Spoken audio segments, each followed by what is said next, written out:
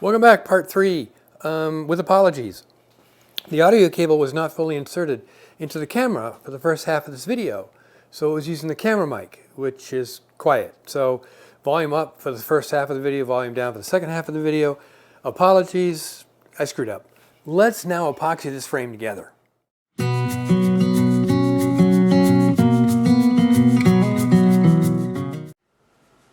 Welcome back to the shop and the channel and the inadvertent episode 3 of restoration of the 81-year-old mirror. Now, just to let you know that very exciting adventure I had with this leg and top combination worked out real well. It glued together very nicely. Right now I'm going to do a dry fit of all the rest of the parts on this wonderful piece of birch plywood that I have.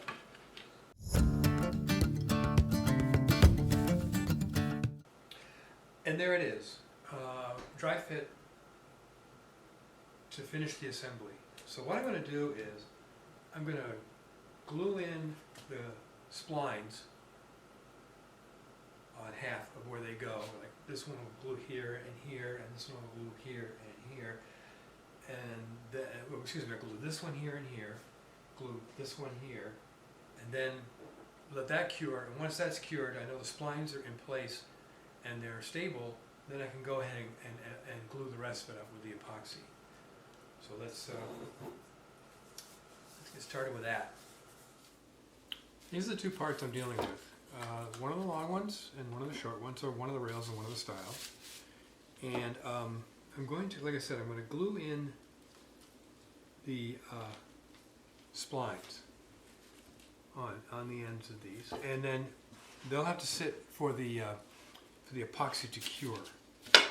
But once they're in place and the epoxy is cured, then I can finish the assembly of this piece in one motion kind of thing. So get the epoxy out. I did in fact put the new pump on the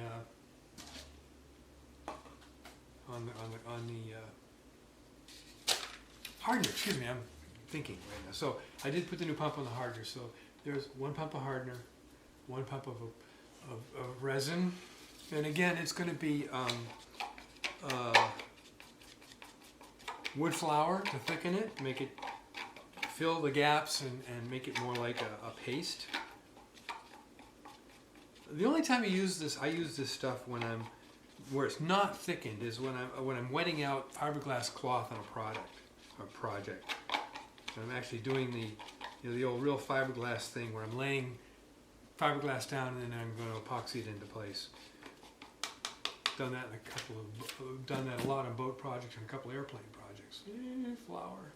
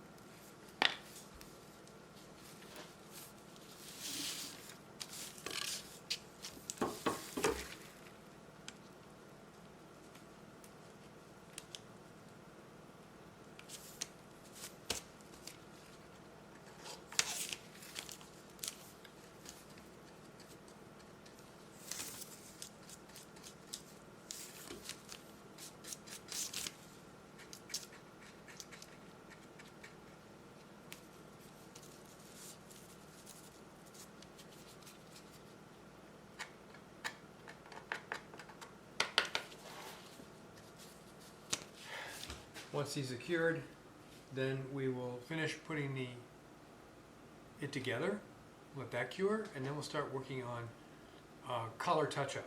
And that's going to be interesting. It's got some wear spots and places where stuff, some of the finish or dye or stain or whatever was used has kind of worn a little bit, and I want to get this as consistent in color as I possibly can. Okay, let's move on to the next step. After these cure, put them all together. The epoxy has cured, and the teeth are in place. These splines, they're in place. Now, I've got my nice piece of birch plywood out again. I have plans for this, and I'm going to set these up in kind of a dry fit fashion. Make sure everything works as planned.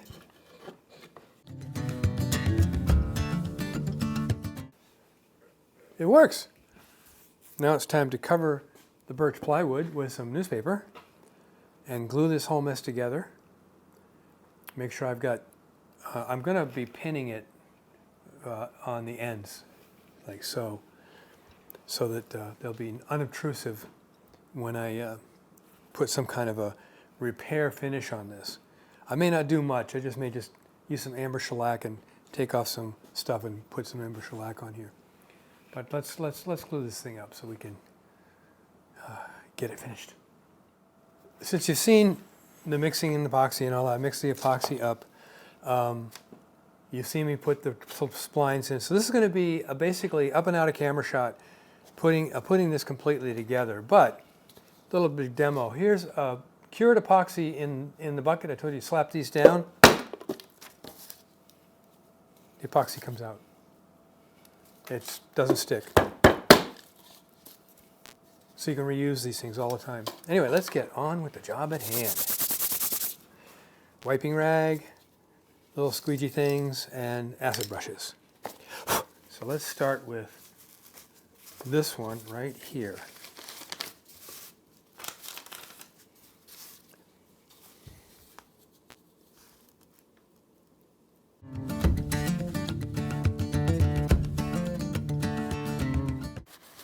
Okay, that is in place.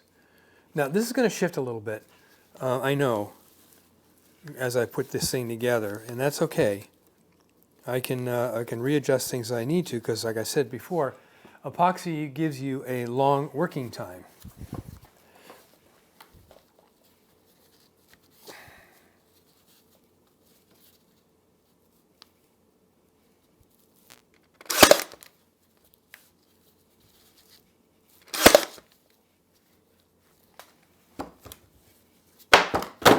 Oopsie.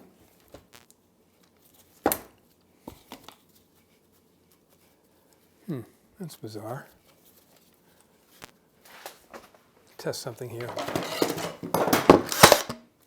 Okay, it's working.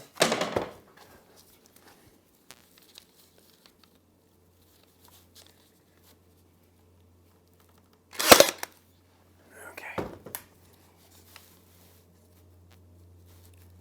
And now we want to get the bottom one in place. This bottom one here. Let me move the camera up so we can get a better overall image here of what's going on. I know, no close-ups this time. So I got to put epoxy on here. Again, adjust the camera. Don't you love this on-the-fly stuff we're doing here? So epoxy here and epoxy here. So the first one, of course, I'm going to do this one.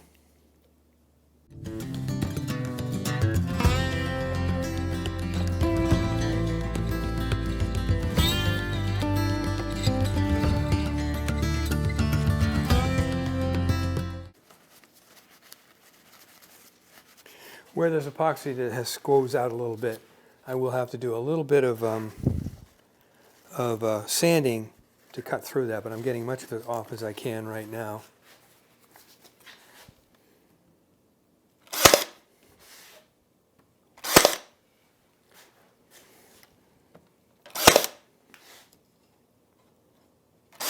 Now, I still have a little bit of I have a lot of flexibility in here right now, so let's do the corner-to-corner measurement, locking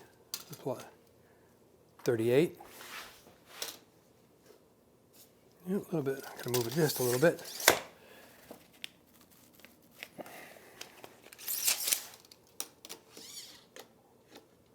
.38 1/8.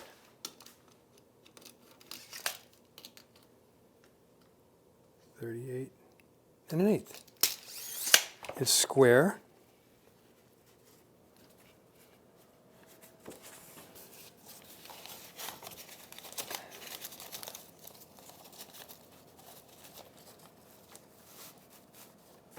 Double check because I moved it a little bit.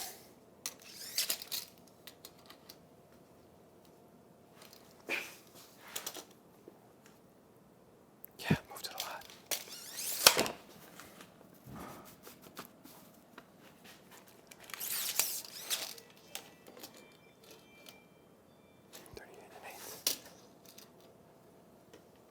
Okay, that's it. 38 1/8 diagonally. So now it sits and it cures. Next, we're going to do some finish work on it, clean it up, make it look a little prettier in places, and then put the mirror in.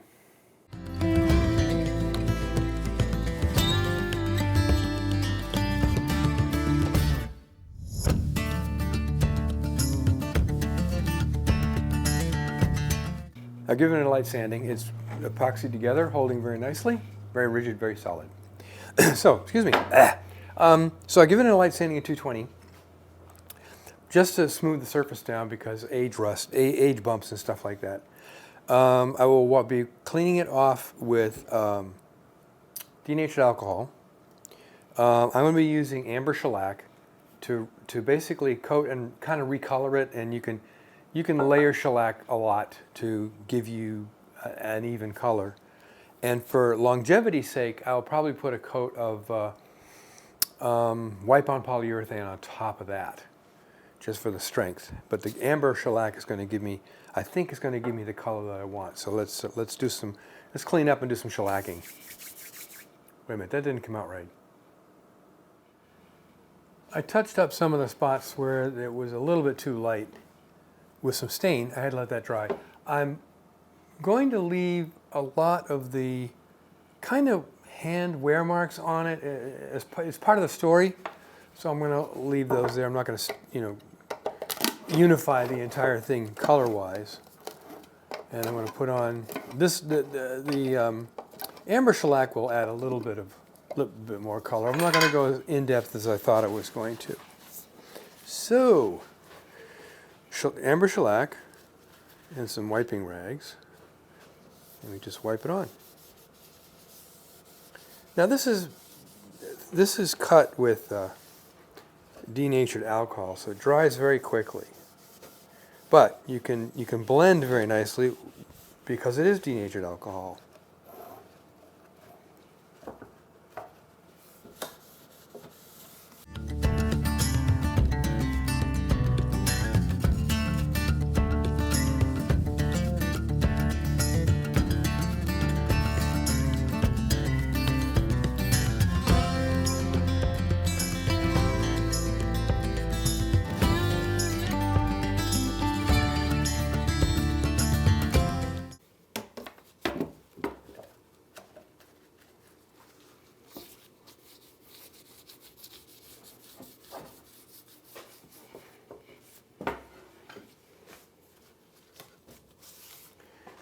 That's about it. That's how long. That's all it takes. So I've got one. I think that's it. One coat of shellac will do it for coloring. Because it's denatured alcohol, if you get some blobby bits or whatever, you can blend them in very nicely and remove any blobby bits. I got on the crown flirted thing up here. I've got to do that with a brush because it's kind of intricate. But so there it is.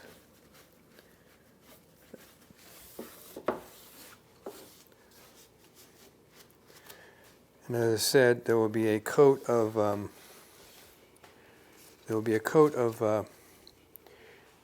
polyurethane on top of this once this cured. Now this stuff dries in like 20 minutes at the most. You can't see my head, I know. Hello there.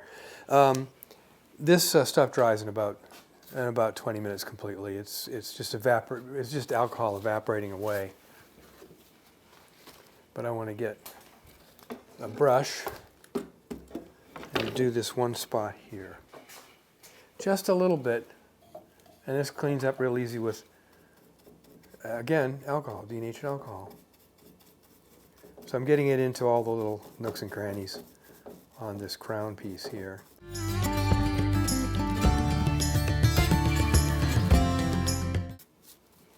Voila. That's it. Now once this is dried and cured to a point, I might do a little blending with some alcohol just to smooth out any rough spots. And then a very light rubbing with 4/0 steel wool, and then the wipe on polyurethane, and then we're going to insert the glass, the mirror. Multiple step, many step process. Bit of a little whammy there. I forgot that the bullseye shellacs are not de-waxed. And you really can't put polyurethane or anything like that or any oil over a non-de-waxed shellac. Now I've got some de-waxed shellac flakes over there, even some amber, but this is already on. So I'm going to use their spray clear shellac to spray over this to give it its final coats of protection. I think 2 coats should do it because this is not going to be in a very harsh environment. Let's get to spraying.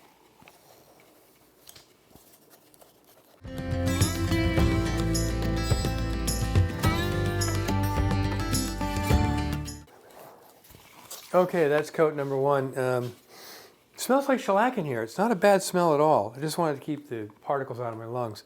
They're all settled down now. That's coat number 1. One more coat, and then we'll assemble it and we'll be done. Hopefully. Frame is done. And I'll bring it up. I don't know how well things will show up in the camera, but there it is, ready to go. I cleaned the mirror off. It's ready to go back in. I'm actually going to repeat the wedge process they used when they held the mirror in place before the back went on. The interesting thing about the mirror is I took pictures of it. I'll see. I don't know if you can see it in this picture, but the crown part that goes up inside here, this curved line, it doesn't look like it was cut with a glass cutter. It looks like it was cut with where you scored or something, and then the pieces were broken off. Kind of like when you're with a tile cutter, when you need to break some tile. When you're putting tile in, you got to chop a few pieces off to get into a tight spot or whatever, like something like that. If I'm making any sense. So now I want to flip this over and go get the mirror. Towel, of course, is to protect the finish.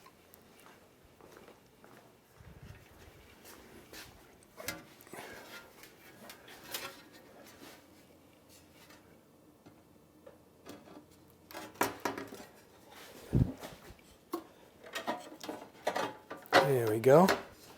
So that's got the mirror in place. Let me give it a quick wipe down. I know I should do this afterwards, but get some of the dust off it.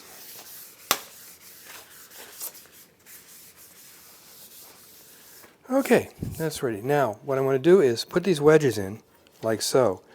I'm actually going to pre-drill pilot holes. Oh, needs to come over this way a little bit. There we go. I'm going to pre-drill pilot holes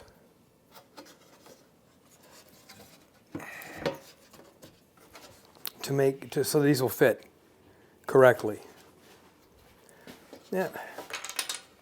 A little bit more this way. A little bit more this way. There we go. I think that'll work. There, that'll go in there. That'll go in there. This will go in here. This will go in here. Get it the right way. And 2 down here. Oops. Like that. And like that. Now, that's going to hold the mirror in place. And then the back, it goes back onto it. Not going to nail through the same holes, of course. I'm going to I'm going to put new nails next to those holes so it kind of follows the pattern. So let me get busy on doing this, and then we'll go from there. We finish this thing up.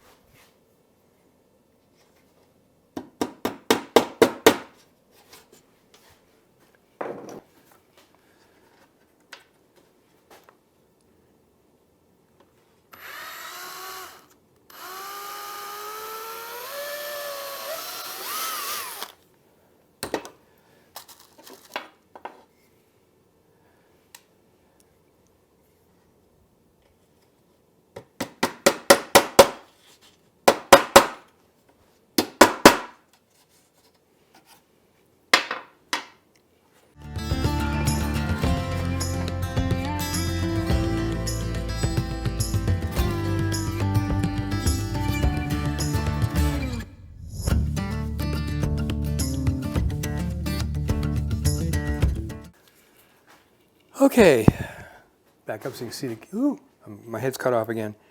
I had to do a couple adjustments there, but those are in place now, and they're going to hold the mirror in place, so it's not going to move. Now I need to put the back on.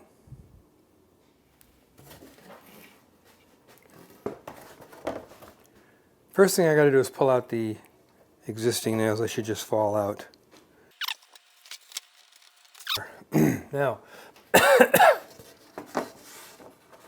I'm going to line this up as best I can as it was before and put the nails in slightly different location than it was before. And I'm going to put 2 in the existing holes to index it, and then we'll go from there.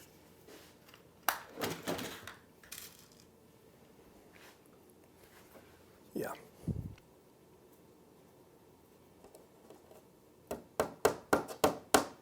Okay.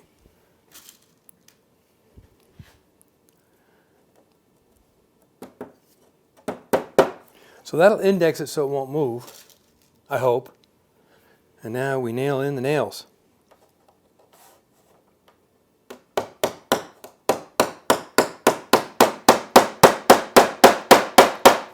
And I lost one of them.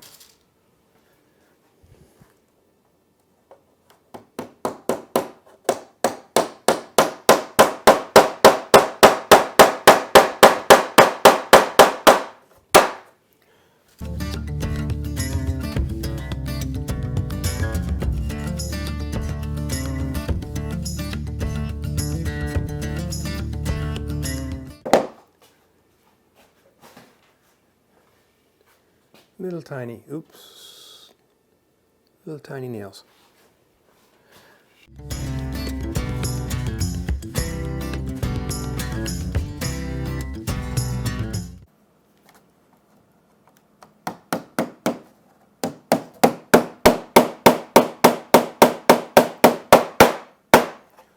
And a tack hammer. Got to use a tack hammer. It's lightweight, so you're not going to overpower anything. I'm going to take this one out. I have to get my nail puller outer. Mar just came in for a visit. She doesn't have a microphone, so you want to come over and look? She hasn't got a microphone, but I've got the back on. Cool. And I'm sure he said that the back was the only thing holding it together earlier. yeah. There we go. Awesome. I got to Looks put the amazing. now I got to put the loops on the back for the wires. I'm gonna put the loops right about here, so it has some hanging space, and it's going to be double, triple wired. I don't have any of the quick wire in house. I got to go get some of that. But for all intents and purposes, this is done. I will take a picture of it in place, and at that point, the video will end. Anyway, let's put some let's put some loops on this back of this thing now.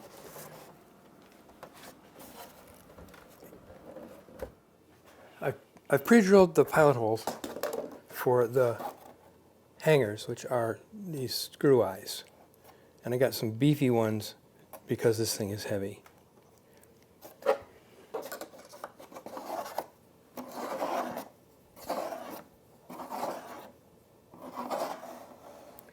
And I want it facing kind of this way, up a little bit in that direction, because what did I do wrong here? Oh, I drilled it in the wrong place.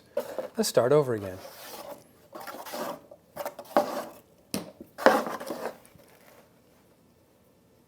That's all part of the story of the mirror. This is where I want it, right here.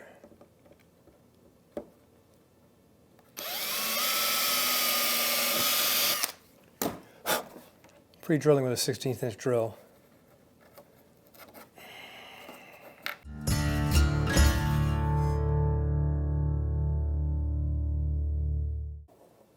So there we go, we got the hooks in line.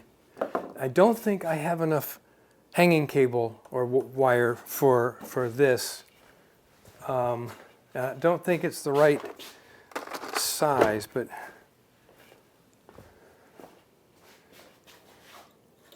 so you got to go back and forth a couple of times to make this work. I might have enough here. You think? Let's give it a shot.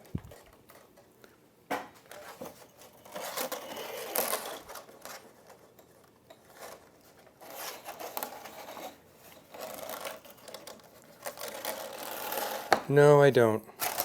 Let me check my stock and see what I can do.